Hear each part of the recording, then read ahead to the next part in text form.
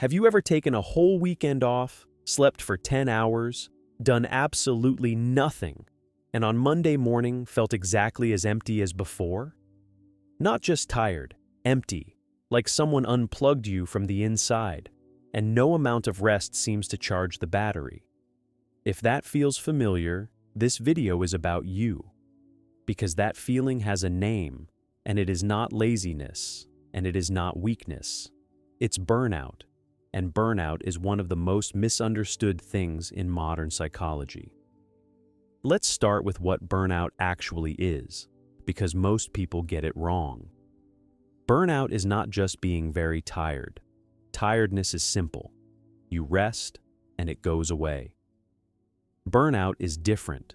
It's what happens when your stress system stays switched on for months without a real break, until something inside quietly gives up. Psychologists describe it as three things happening at the same time. First, exhaustion, not the pleasant kind after a workout, but a deep gray fatigue that sleep doesn't fix. Second, cynicism. You start to feel detached from your work and the people around it. Things you used to care about now trigger only irritation or nothing at all. Scientists call this depersonalization, a fancy word that simply means you stop feeling like yourself and start going through the motions like a robot. And third, a falling sense of accomplishment, the growing belief that nothing you do matters or is ever good enough. Exhaustion, detachment, and what's the point? When all three show up together, that's not a bad week. That's burnout. And it's so real that the World Health Organization officially recognizes it as a work-related syndrome. Here's the part that surprises people the most. Burnout doesn't come from working too much. It comes from working too much without recovery and without reward. Your brain can handle enormous effort. Humans have always worked hard. What it cannot handle is effort that never pays off. No rest, no recognition, no sense of progress, no control over what happens next. That imbalance, effort constantly flowing out and nothing meaningful flowing back in, is the true engine of burnout. Let me show you how it works. For example, imagine a cat who loves his job. Every morning he runs to his little desk full of energy, tail up like an antenna. He works hard, and at first it pays off. Praise, results, that warm feeling of being useful. So he works a bit more, then a bit more. He skips lunch. He answers messages at night. His calm friend invites him for tea. Later, he says. And slowly something shifts. The praise stops feeling good. The tasks never end. Finishing 10 just reveals 20 more. One morning, the cat sits down at his desk, stares at the screen, and feels nothing. Not stress, not fear, nothing. His tail lies flat on the floor. He still does the work, but like a ghost of himself. The strangest part? From the outside, he looks fine. He's still showing up.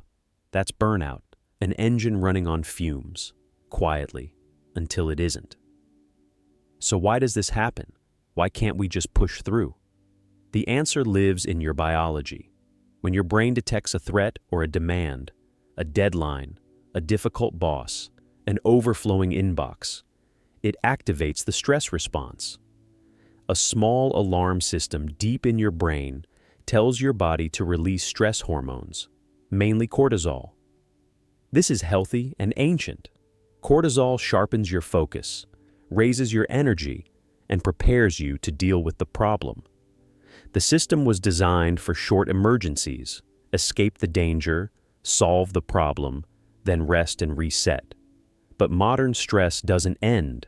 The inbox refills, the deadlines repeat. So the alarm never fully switches off, and your body marinates in stress hormones week after week. Chronically elevated cortisol starts to damage the very systems it was meant to protect. It disturbs sleep, weakens memory and concentration. And, this is crucial, it wears down your brain's reward system, the circuitry that runs on the chemical dopamine and gives you feelings of motivation and pleasure. That's why burnout feels like emptiness rather than stress.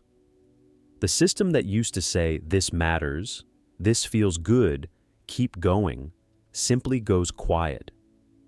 Psychologist Herbert Freudenberger, who coined the term burnout in the 1970s, noticed it first in passionate, idealistic people, volunteers and doctors who care deeply. And that's the cruel irony researchers like Christina Maslach later confirmed.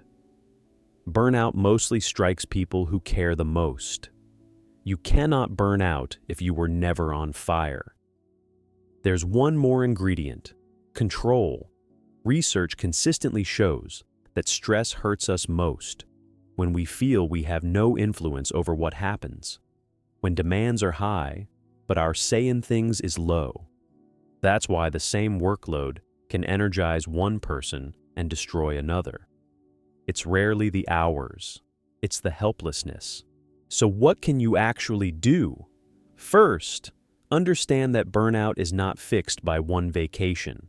If the fire alarm has been ringing for a year, 2 weeks on a beach won't rewire your stress system. Real recovery means changing the pattern, not pausing it. Start by returning recovery to your daily life, not just your holidays. Real breaks during the day, evenings where work genuinely cannot reach you, sleep treated as medicine rather than leftover time. Your stress system resets through repeated small recoveries, not rare big ones. Second, take back control wherever you can, even in small ways. Decide what you will not do. Say no to one thing. Negotiate one deadline. Helplessness feeds burnout, and even tiny acts of choice starve it. And connect the effort back to reward. Notice finished things. Keep contact with people who actually see you. Do at least one small thing a day that exists purely because you enjoy it. Third, and this is important, if the emptiness is deep, if it's been months, if you're starting to feel that nothing will ever change, talk to a specialist, a psychologist, or a doctor.